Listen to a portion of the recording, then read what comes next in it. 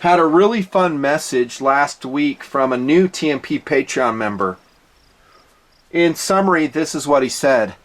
Hey Nuttin, sorry dude, but I have been out of TMP for the last 5 or so years due to some unforeseeable life changes. I know, I just quit watching, sorry, but I've come back. I joined TMP Patreon. For the last 48 hours, I have been on a video watching binge. This is what he said. He goes, and this is all I have to say. Damn. He goes, damn, you have a lot of videos and they just draw me in. I will watch one video after the other, and I bought like 3 different things from your reviews. That's what he said. What it feels like. He goes, it was like old school TMP but better, because you still review guns, you still have a great time on tabletop, on the barricade. I like that format. I like the bunker format. This is still him. I'm summarizing. And he goes, but it still has that old school TMP flavor. Love it. Well, I love you, man. That's what I told him. I was like, welcome back. Glad to have you. Things happen. I get it. We're busy. I get it. Don't take anything for granted. I don't take you guys for granted. Very, very grateful. I receive it in all humility. I'm being dead serious. Thanks so much. I thought I'd just share that with you for whatever reason. We are a family here. It's been that way for the last 13 or so years. But you know this, right? I'm going to morph into the tabletop review of a fixed blade knife, speaking of having fun. Families sometimes will have disagreements. What? That's right. I know, it's shocking, isn't it? That sometimes you and I will not always see eye to eye. I would like to think it's like, I don't know, 99% agreement that we have with one another. Actually, it's more like 89%, Nuttin. Okay, I'll take 89. Let's round it up. Okay, I'll give you 91%. Okay, great. 91% of the time you and I are in agreement with the item being reviewed. Awesome. Very happy for that. The reason I say that is because I actually like this knife. I don't love it, but I like it. And I have its little brother in my motorcycle survival kit. It is also a Condor fixed blade, and it's residing in my KTM 500 EXC Woods motorcycle survival kit. And by the way, I'm filming this post deer crash. TMPers who watch all the videos, you'll know exactly what I'm talking about. And yes, my right shoulder is still jacked up. That's one reason I can't go out and thump on this blade. Maybe later.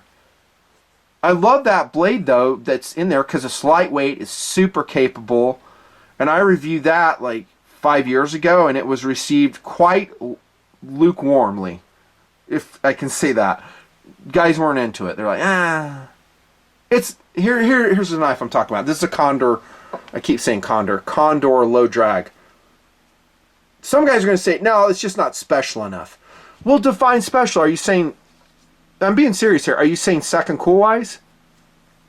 Because if you make a second cool argument, then I have to sign off on that. If you go, yeah, it's just second cool wise, it's just not for me. Okay then, I get you. But where I'm coming from on this KRV is first cool capabilities. And I think for 80 bucks or so, the Condor low drag fixed blade knife is a freaking Woods Cleaver. And it's not too heavy, it's not too big.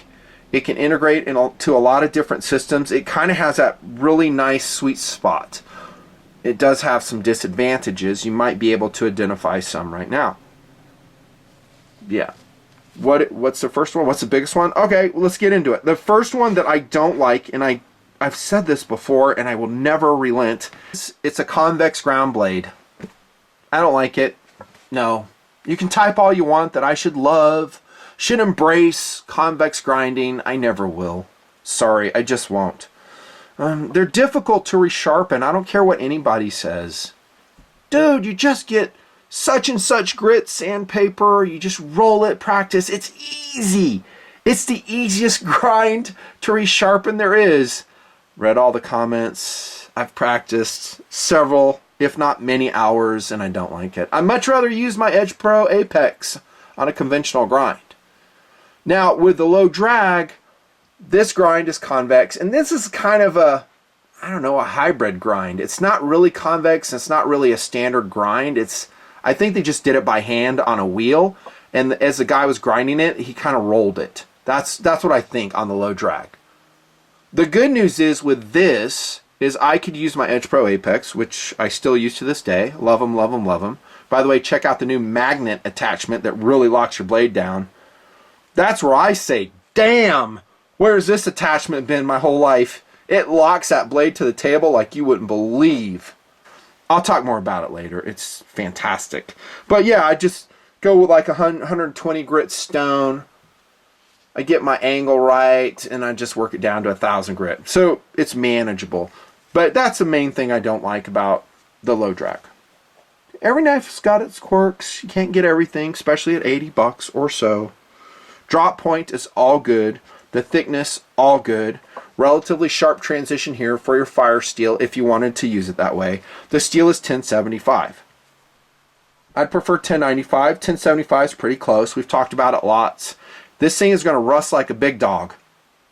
If this were my knife, I would spray paint it or Cerakote it or do something to protect it. That's another downside of the low drag, is that it has no rust protection whatsoever on the blade. As you can see, it's got some, like, out of box, some rust pits going on. Yeah, you should see some of the knives I have, my carbon steel knives. Oh my gosh, they are so thrashed. I'll show them in some other KRVs. Keep watching, you'll see it. The handle's pretty excellent in that it gives you enough to hang on to.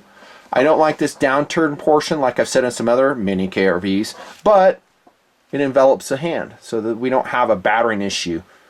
And also you can extend and actually take that transition between your ring finger and your pinky for more leverage and more velocity in the swing. And like I said, this is like a woods cleaver. It really is.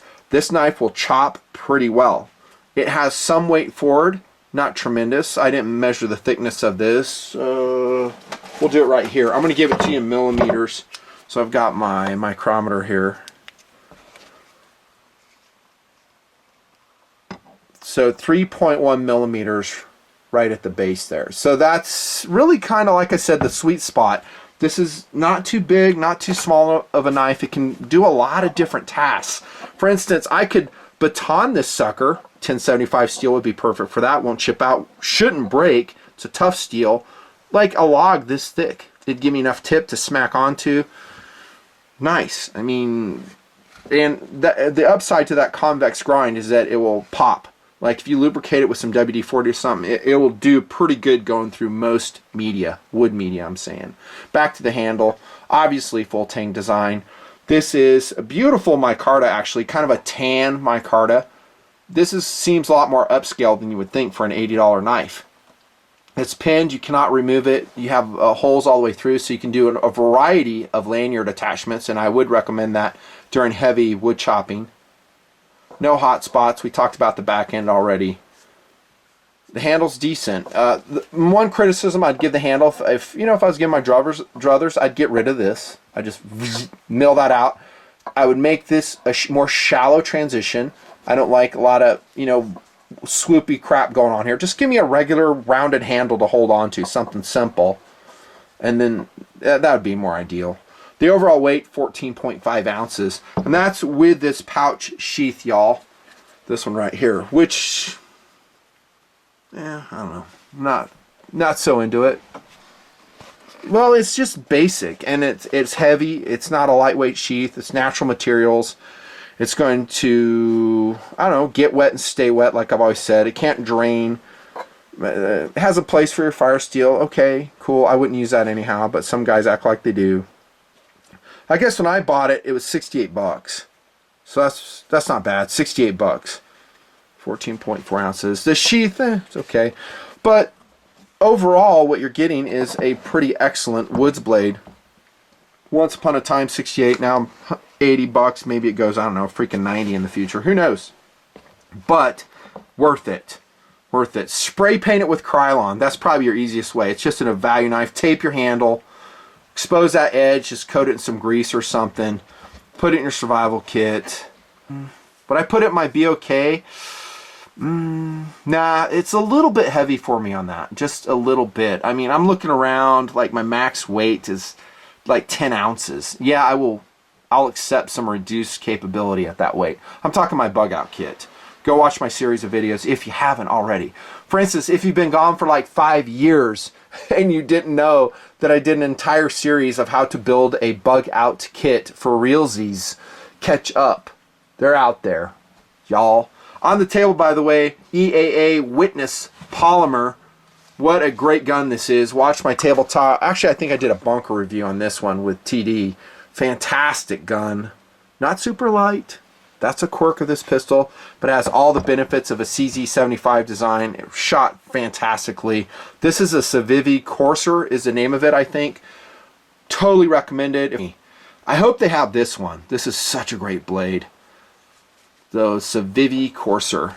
By the way, Civivi is a subsidiary of We Knives. It's the value division. This is VG10, 3.4 ounces, as you can see. Perfect blade shape, good jimping, super fast mini embedded knife review. JU87 Stuka on the table. That's in 1/64th scale. I've had that one forever. I bought it at Tuesday mornings for $6 like 15 years ago for the boys. Cool. Couple patches left at nutnfancybigcartel.com. Check it out. Old school TMP, still in play. I hope you like this knife. Low drag. I think it is cool. Definitely worth the $68 I paid to get it. Definitely. And it's a great survival kit knife in some applications. Again, in a human-powered survival kit like a bug-out kit, I would look at it carefully. But in a truck, maybe in your aircraft, your bush plane, your car, camping, definitely, it's going to be a woods cleaver. Nut and fancy. See ya!